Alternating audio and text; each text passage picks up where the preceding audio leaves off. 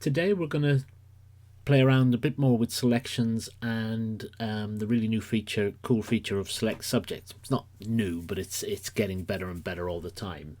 So here we have this little guy just standing looking down this long road. Have a look along here. This will tell you, this section up here will tell you what options you've got for the tool you've got selected down this side.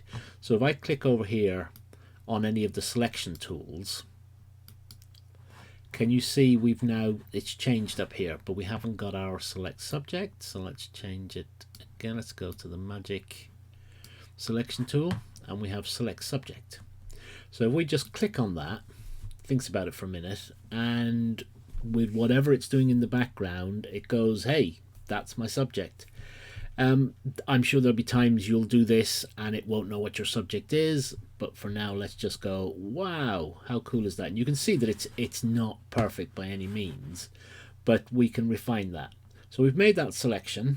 Now what we're going to do is we're going to make it black and white. So if I now go over here and create a new layer and I choose black and white, because our selection, so it's created the layer for black and white and it's given us the mask that we've just made, but we want him color on black and white. So remember, with masks, black hides what's on this layer, white shows what's on this layer, and this layer is a black and white. So if I turn that actual off for a second, you can see that this new layer has turned our picture just into black and white. Okay, so black hides what's on this layer, white shows what's in this layer. So it's showing us the black and white version of the little boy and the color version underneath. But we actually want it the other way around. So all we have to do is do Command-I on the Mac, Control-I on the PC to invert our selection. But like I was saying, you can see that it hasn't done the greatest job for us. Okay, so we can now, because this is a layer mask, all it's doing is hiding and showing. We haven't deleted anything.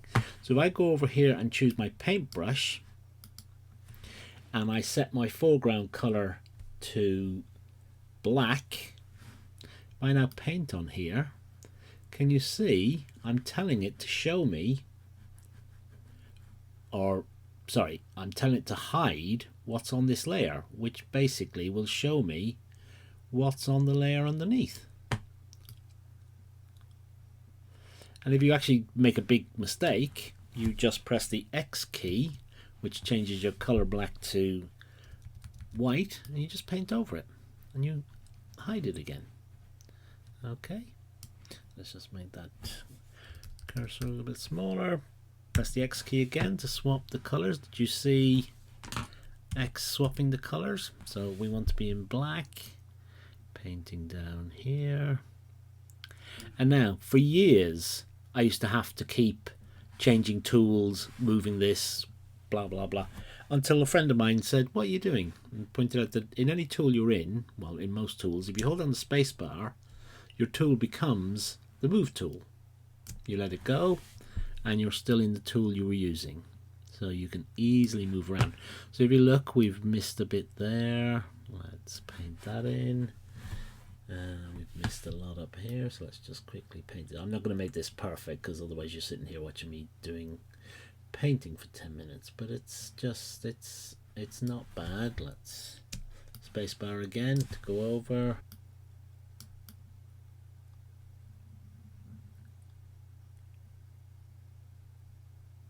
And we're fine up there, a little bit there, and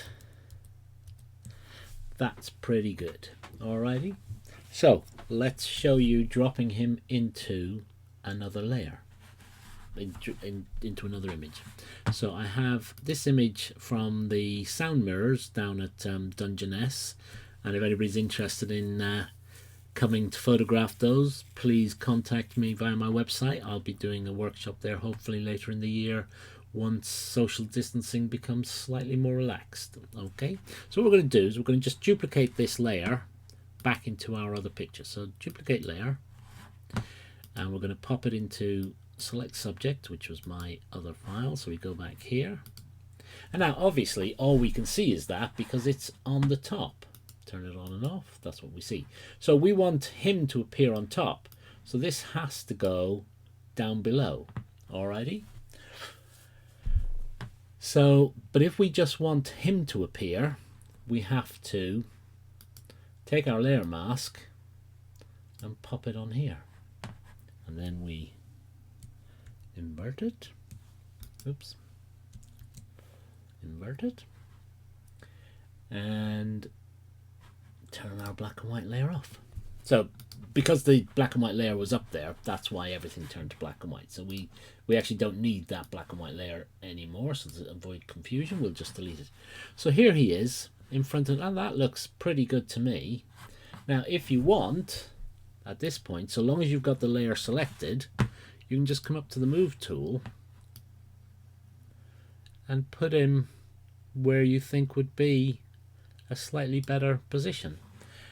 And if you thought he was a bit on the big size, which I don't actually think he is, but let me just show you, if you wanted to shrink him inside, you go to the transform tool and go to scale, and then you should just be able to, and can you see it's shrinking him in proper proportion? It's not making him strangely bigger, strangely smaller, and we just pop him over here, and that's it. We're done. That looks pretty good and simple to me.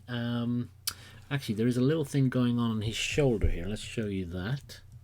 And now we've done loads of other things, but because it's still a mask, so long as we activate the mask over here, we can get our paintbrush again, and so long as we're painting in black, can you see that little bit of extra detail that was picked up?